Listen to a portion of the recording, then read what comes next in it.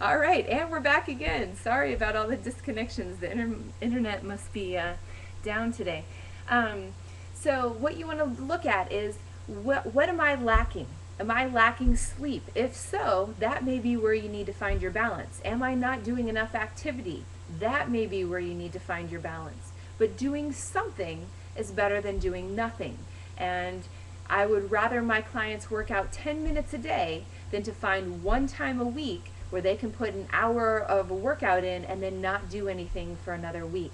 That little bit of working out or that little bit of movement every day or most days of the week is going to be more of a benefit for them.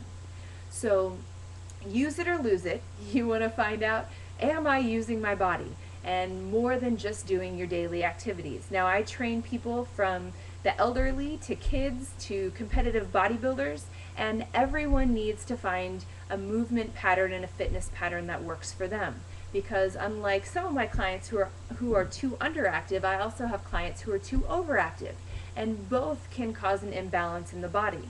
So if the underactive group doesn't apply to you and you tend to be more overactive, you need to watch for signs like a cold that won't go away, or minor cuts that don't heal quickly, or maybe you have a lack of motivation, or your performance goes down, you're not able to lift or run as much as you used to. You may be doing too much.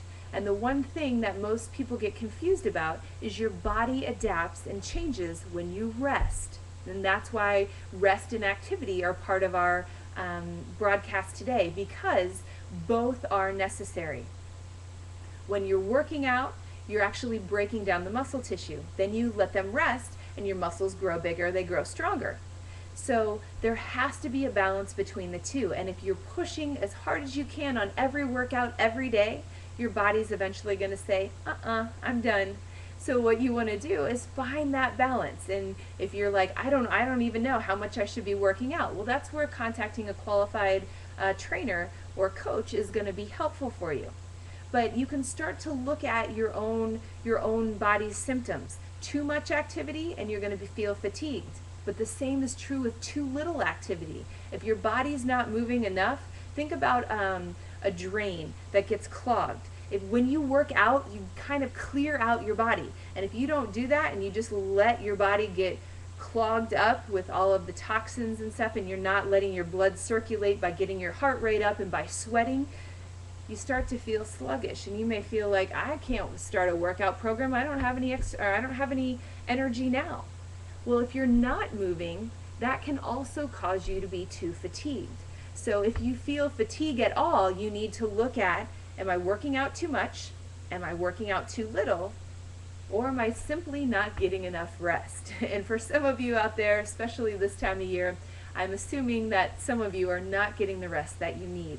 And you may ask, well, how much rest do I need? Some research that I've been doing lately shows that the average person needs 10 hours of sleep.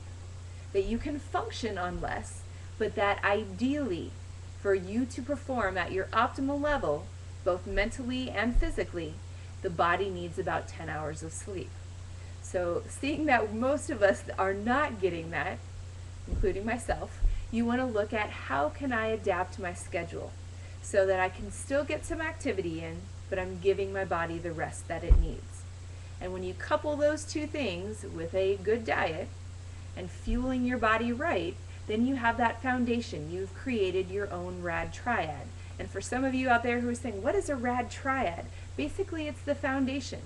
We're not coming up with a new fad program that you follow and that works for a little bit and then it doesn't work anymore. It's a solid foundation that you can use now and way in the future, because what you're doing is listening to your body's signals.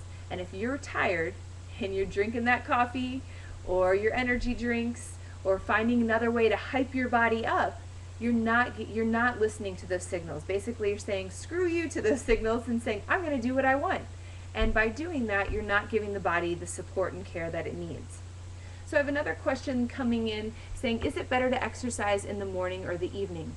Well, especially for my clients who are depressed, a lot of research has shown that exercising early in the morning, soon after you get up, is actually going to be better because it releases endorphins, those feel-good chemicals, and helps with depression levels throughout the day. Now, for people who are doing very strenuous workouts, I usually recommend mid-afternoon, because doing it too early in the morning, the body just woke up. It's not physically ready to undertake really high-intensity protocols, whether it's lifting or plyometrics or power programs. So for those clients, I recommend they do it in the afternoon. And if you can't do it at one of those two times, of course the evening is okay. Just know that you may need a little bit of a longer transition as you wind down and go to bed, especially if you're working out within 1 or 2 hours before trying to sleep. Sometimes it keeps your body a little bit too active, and it's hard for you to to get to bed very quickly. So exercising any time of the day is better than not at all.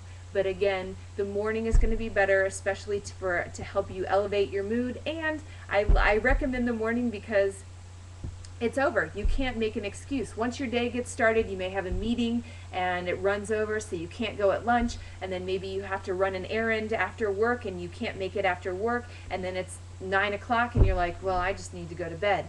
So if you do it first thing in the morning, if you're afraid that you're one of those people that's going to find an excuse not to do it in the morning. Then it's done, it's over with, you can check it off your list, you did your activity for the day, and you can enjoy the rest of your day, because most people will feel better after their workout, again, because of those endorphins that are released.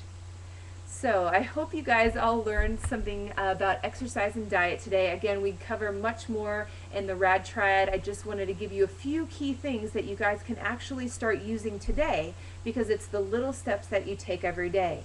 So if you do an evening routine tonight before you go to bed, and then you say, you know what, I did that, that's great. You can't wait till next week to do it again. You want to do it again tomorrow night, and the next night, and the next night. So it becomes a habit, just like brushing your teeth or any other habit that you've done. The more you do it, the easier it's going to be, and the more your body will respond.